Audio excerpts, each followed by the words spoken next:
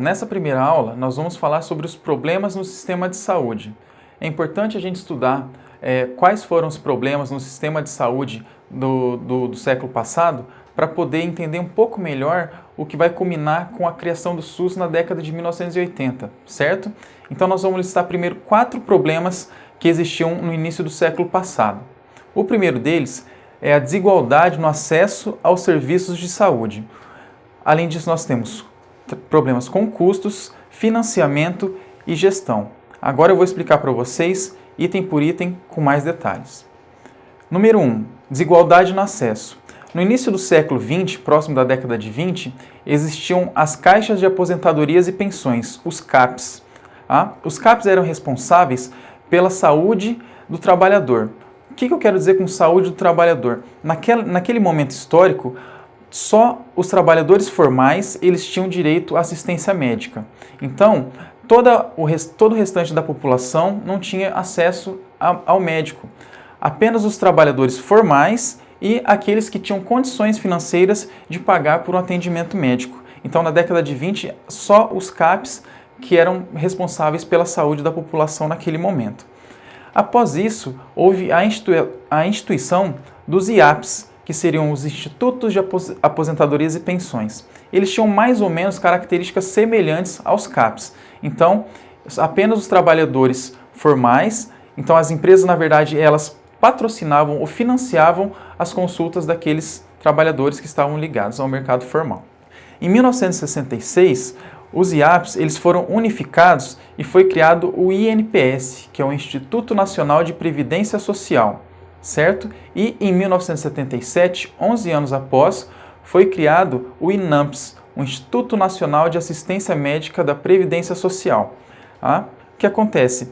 Com a criação do INPS e do INAMPS, manteve-se a mesma ação curativa dos pacientes. Então, na verdade, não existia naquele momento histórico ainda nada que fosse voltado muito para a prevenção e cura das doenças, apenas para a assistência curativa. Então, tanto os IAPs, os CAPs, o INPS e o INAMPS, na verdade, eles tinham ações voltadas apenas para a cura. Então, aquele paciente que já tinha algum problema, já tinha alguma doença diagnosticada e naquele momento ele procura o serviço médico.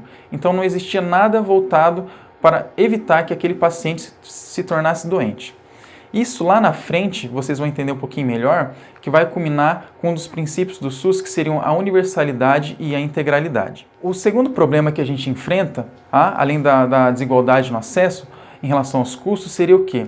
Que naquele momento histórico, apenas existia a compra de serviços privados, ou seja, ou as empresas financiavam aqueles serviços para os seus trabalhadores que estavam registrados, ou as pessoas que tinham condições financeiras poderiam arcar com o valor de uma consulta ou de atendimento médico. Então, na verdade, o custo também era um problema daquele momento. E isso lá na frente também vai explicar por que houve a descentralização na criação do SUS. O terceiro problema seria o financiamento. O financiamento era baseado principalmente pelos CAPs e IAPs, pelas empresas em relação aos seus empregados. Então, com os IAPs, houve um início discreto, muito discreto, da participação do Estado. Mas essa participação do Estado era apenas em caráter preventivo, em campanhas de imunização ou campanhas relacionadas a algumas doenças endêmicas, certo?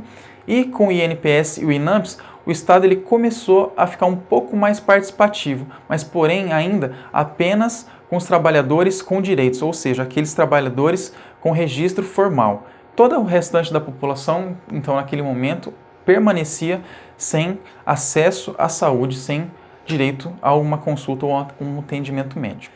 As ações preventivas, elas eram baseadas principalmente pelo Estado. Então, o Estado apenas que era responsável por essas ações preventivas, como eu disse, que seriam, naquele momento, campanhas de imunização e campanhas para doenças endêmicas. A solução que foi visualizada seria o quê? A criação de um fundo único, em que ele pudesse ser capaz de unir tanto a prevenção quanto a cura. Então, deixar naquele momento de ser isolado só cura ou apenas prevenção. O quarto problema que nós vamos listar seria a gestão. Tá? A gestão, ela tinha um modelo centralizado, que era controlado apenas pelas empresas ou pelo Estado. Então isso gerou uma crise nos anos 70. Essa crise foi desenvolvida por vários motivos. Os motivos eu vou listar a seguir para vocês. O primeiro seria a má aplicação de recursos. Onde esses recursos eram aplicados? Às vezes os recursos eram aplicados em construções de hospitais ou de locais de atendimento, porém isso não trazia um retorno para o governo. Então houve uma má aplicação desses recursos.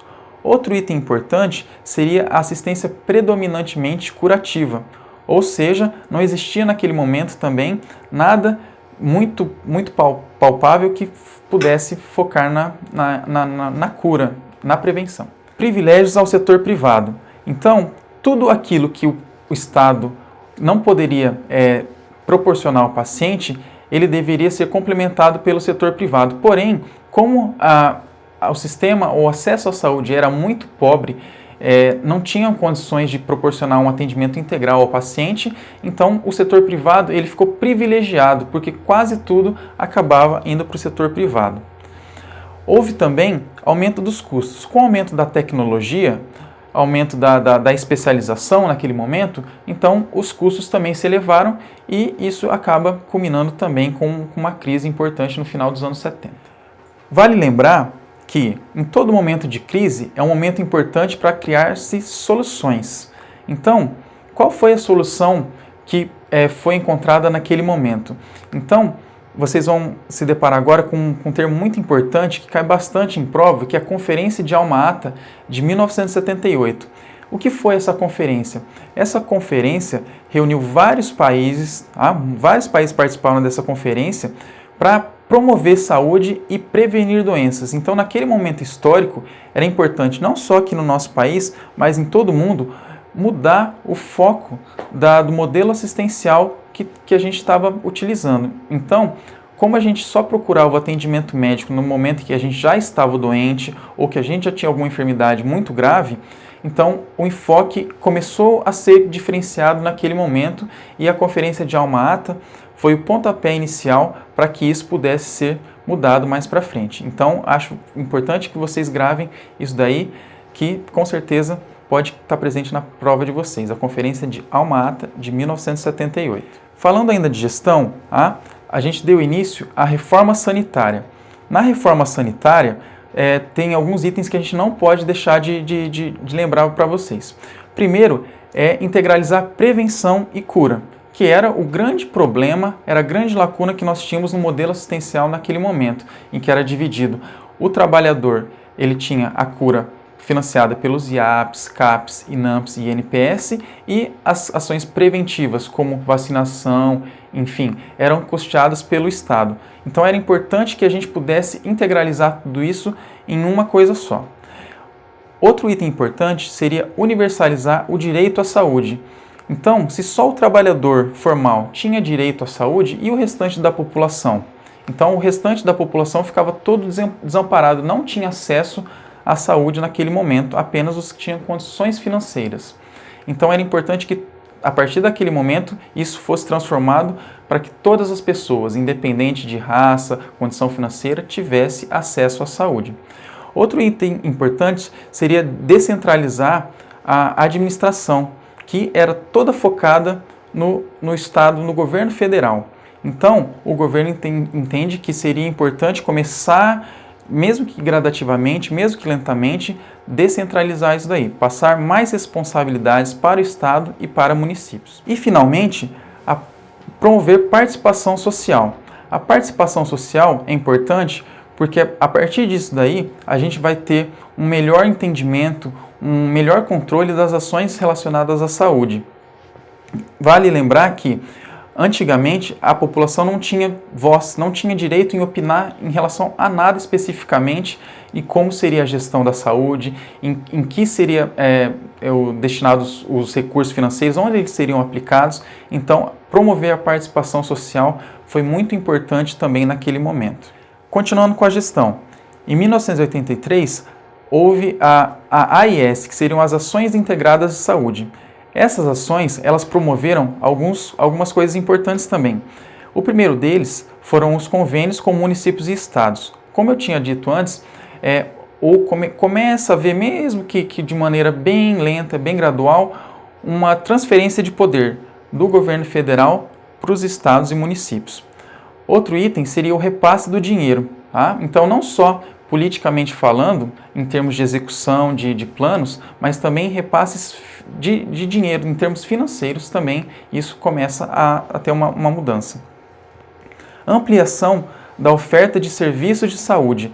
Antes, o trabalhador ele não tinha direito a um atendimento integral, então ele tinha às vezes direito a uma consulta, mas às vezes ele não teria direito a um exame específico, então ampliar a oferta de serviços de saúde para que ele pudesse ter uma atenção integral naquele momento. Outro item importante seria a ênfase em prevenção. Tá? Como a gente vem repetindo com constância, a prevenção passa a ser o foco mais importante daquele momento. E começa a haver uma integração entre o INAMPS e o Ministério da Saúde. O INAMPS, como ele era responsável pelas ações curativas relacionadas ao trabalhador, e o Ministério da Saúde, ele tinha um papel bem distinto em promover as campanhas de vacina e campanhas de doenças endêmicas. Então, nesse momento, com a AIS, eles começam a trabalhar de maneira mais integrada, porém ainda como sendo órgãos distintos. Em 1986, houve a 8ª CNS, que seria a Conferência Nacional de Saúde. O lema dessa conferência foi Saúde, Direito de Todos, Dever do Estado. A 8ª CNS baseou-se em 3 estratégias fundamentais.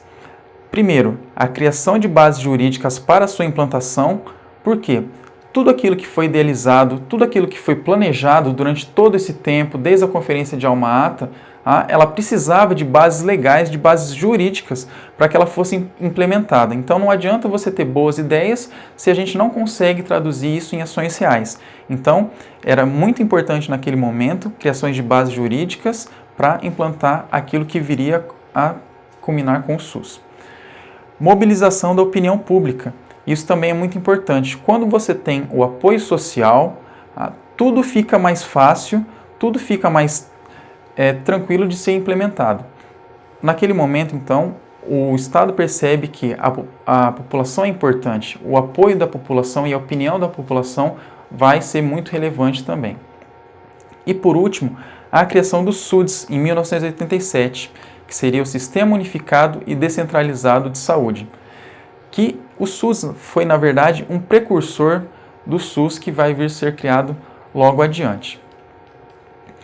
Em 1988, com a nova Constituição Federal, houve a criação do SUS, que seria o Sistema Único de Saúde. O SUS, ele reconhece a saúde como um direito a ser assegurado pelo Estado e pautado pelos princípios de universalidade, equidade, integralidade e organizado de uma maneira descentralizada, hierarquizada e com participação da população. Então, nesse item aqui, a gente percebe que ele já engloba todos aqueles princípios que a gente vai acabar vendo um pouquinho mais na frente, mas todos aqueles princípios éticos e doutrinários, organizacionais e operacionais que vão nortear a constituição do SUS e o sucesso dele. Então, para relembrar, o acesso à saúde era apenas para poucas pessoas, ele era restrito a pessoas com condições financeiras e para os trabalhadores formais. Os custos, eles eram todos financiados por empresas e pelo Estado. Ou a empresa financiava, ou o Estado que era responsável por esse financiamento. Então, era importante a gente começar a ter uma unificação entre prevenção e cura.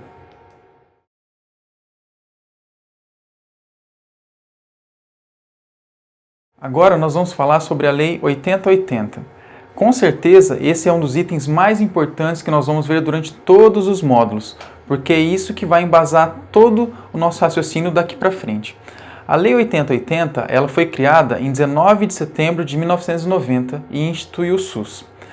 Tratava-se também de organização e gestão do mesmo, atribuiu competência às 3 esferas do governo. Então a Lei 8080 ela vai gerenciar União, Estados e municípios. Participação complementar dos serviços privados. tudo aquilo que não poderia ser oferecido pelo Ministério da Saúde teria que ser custeado pelo serviço privado. Além disso, tínhamos também recursos humanos e gestão e planejamento do orçamento. Tudo isso foi instituído com a Lei 8080. Então são vários itens muito importantes, muito relevantes, que a gente não pode deixar de esquecer. Vamos falar um pouquinho sobre a Lei 8.142. A Lei 8.142 ela foi criada em 28 de dezembro do mesmo ano, de 1990, e tinha como itens principais participação da comunidade, era o primeiro, e o segundo era transferência intergovernamental de recurso financeiro. Esses dois itens vocês devem lembrar, não podem esquecer, porque são os dois itens que caem sobre a Lei 8.142. Em relação à participação da comunidade, nós temos os conselhos de saúde e as conferências de saúde. Esses dois itens vão ser debatidos adiante na nossa aula. A Lei Orgânica da Saúde, ela é um termo que é muito utilizado, que ele cai muito em prova e ele engloba a Lei 8080 em associação com a Lei 8.142. Portanto, elas são leis que acabam se complementando e essa complementação é chamada de Lei Orgânica da Saúde. Vamos falar especificamente agora em relação ao SUS. O SUS ele possui princípios éticos e doutrinários e princípios organizacionais e operacionais. Em relação aos princípios éticos doutrinários, nós temos universalidade, equidade e integralidade. Em relação aos princípios organizacionais e operacionais, nós temos descentralização, regionalização e hierarquização e participação social. E agora nós vamos entender também e vamos explicar melhor item por item. O primeiro item, universalidade. Universalidade consiste em saúde para todos e deve ser um dever do Estado proporcionar isso para a população. Saúde para todos significa o quê? Naquele momento histórico que a gente já debateu que a saúde era privilégio apenas de trabalhadores formais e de pessoas com condições financeiras para custear um atendimento médico, então o Estado entende que a partir daquele momento todas as pessoas, independente de ser trabalhadores ou não, deveriam ter acesso à saúde. Então, crianças, idosos, gestantes, populações indígenas, então todos esses pacientes, eles na verdade agora deveriam ter acesso à saúde. E isso tanto em ações curativas como em ações preventivas, que a gente também viu que era um grande problema essa dicotomização entre cura e prevenção. Integralidade. Integralidade nada mais é do que fazer essa junção entre prevenção e cura de uma maneira mais adequada.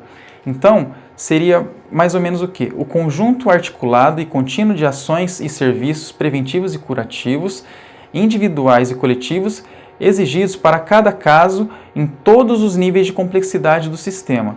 Então, isso resume bem o que seria a integralidade, que, na verdade, nada mais é do que enxergar o homem como um ser integral, o homem como ser biopsicossocial, que também é um termo importante para vocês, porque eventualmente cai em prova. O homem, ele não pode ser entendido apenas como uma doença. Então, nós temos que lembrar que a gente pode prevenir isso com campanhas de imunização, com campanhas preventivas, explicativas para a população. A gente não precisa dar só atendimento médico naquele momento em que o paciente ele já está enfermo. Equidade. A equidade tem como objetivo reduzir as diferenças, deixar todos iguais. A gente tem que tomar cuidado quando a gente fala deixar todos iguais, porque na verdade a gente tem que oferecer serviços específicos para cada tipo de paciente. Então uma frase que explica bem a equidade seria o quê? Situações desiguais merecem conduta desigual. Ou seja, aquele paciente que tem uma doença mais leve ou que tem alguma coisa que pode ser resolvida facilmente, ele merece um determinado tipo de atenção. Aquele paciente que possui alguma enfermidade mais complexa ou que exige um tratamento mais longo ou um tratamento mais caro ou algum exame especializado, ele merece também o direito de ter acesso a tudo isso. Então, às vezes, o Estado vai gastar mais recursos ou mais tempo com aquele paciente que merece mais atenção. Então, pacientes iguais, situações desiguais, merecem condutas desiguais, com o princípio, com o objetivo de deixar todos iguais, ou seja, todos deverão ser saudáveis, tanto em ações preventivas como em ações curativas. Vamos partir agora para a descentralização, que é o primeiro dos princípios organizacionais e operacionais. Nesse quesito, a redistribuição das responsabilidades e ações entre União Federal, Estados e municípios. Portanto, aquilo que era centralizado apenas no Estado, agora começa a ser compartilhado entre Estado e município. Eles entenderam que quanto mais próximo do problema, melhor seria a resolução do mesmo. Portanto, quanto mais próximo do problema, melhor a resolução.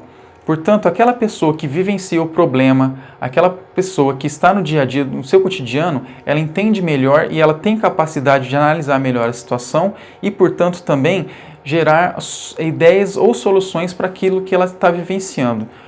Não adianta o Estado e o governo federal tentarem impor situações para um país tão abrangente como é o nosso, então o tratamento tem que ser diferente. A gente não pode querer fazer uma ação por igual em regiões do Acre, como em regiões do Rio Grande do Sul, por exemplo. A gente tem que tentar especificar quais problemas afetam mais a região do Acre, quais são as doenças mais prevalentes no Rio Grande do Sul e dar um atendimento especial para aquelas populações. Elas não podem ser consideradas como uma só população. Então, quanto mais próximo do problema, mais fácil vai ser de resolver o mesmo. Então, a União ela só vai atuar a partir daquele momento onde os municípios e os estados não conseguem atuar. Onde o Estado consegue resolver, onde o município consegue resolver, a União não interfere mais. Regionalização e hierarquização. É importante a gente entender a ordem crescente de complexidade, que seriam a atenção primária, secundária e terciária. Na atenção primária, nós temos praticamente todo o atendimento básico de saúde para as doenças mais comuns, mais prevalentes e funciona também como porta de entrada do sistema. Na atenção secundária, nós temos as consultas especializadas e os exames especializados. Portanto, tudo aquilo que não conseguiu ser resolvido na atenção primária vai ser referenciado para a atenção secundária. Já na atenção terciária, nós temos os grandes hospitais, os exames mais dispendiosos. Então, é importante a gente entender qual a sequência lógica entre atenção primária, secundária e terciária, que, na verdade, segue uma ordem de complexidade. Importante definir território e população a ser assistida. Não adianta, como a gente já disse antes, a gente querer instituir tudo igual de maneira uniforme. A gente tem que definir a população que nós vamos atender e quais são as carências daquela população ou o que mais acomete, o que mais incomoda aquela população para a gente poder entender melhor o problema e também resolver ele de maneira mais eficaz. Isso é regionalização. E lembrar sempre que a Unidade Básica de Saúde, a UBS, ela funciona como porta de entrada, portanto, ela funciona como referência para a atenção secundária e a atenção secundária ela tem que fazer essa contrarreferência. Esses termos também são importantes de vocês compreenderem. Referência é quando a gente tem um problema que a gente não consegue solucionar na atenção primária, fazemos a referência para a atenção secundária. Quando o especialista ele recebe o paciente, ele faz a análise do problema, ele toma uma conduta, ele começa o tratamento ou solicita um exame e ele referencia o paciente de volta para a UBS, para a atenção primária. Isso a gente chama de contrarreferência. Participação social. A participação social também, então, é um dos itens importantes nos princípios organizacionais e operacionais do SUS. É composto de conselhos de saúde e conferências de saúde. Em relação especificamente aos conselhos de saúde, eles têm que ser compostos de 50% da população ou de usuários do sistema, 25% de trabalhadores da saúde e 25% de pessoas relacionadas ao governo. A participação social, na verdade, o Conselho de Saúde, ele tem caráter permanente e deliberativo. Eles vão controlar a execução da política de saúde. Lembrar que controlar é diferente de executar. Quem executa a política de saúde, na verdade, são sempre os gestores. Então, seria o Estado, município e governo federal. Porém, agora com o controle dos conselhos de saúde. Os conselhos de saúde, eles se reúnem mensalmente.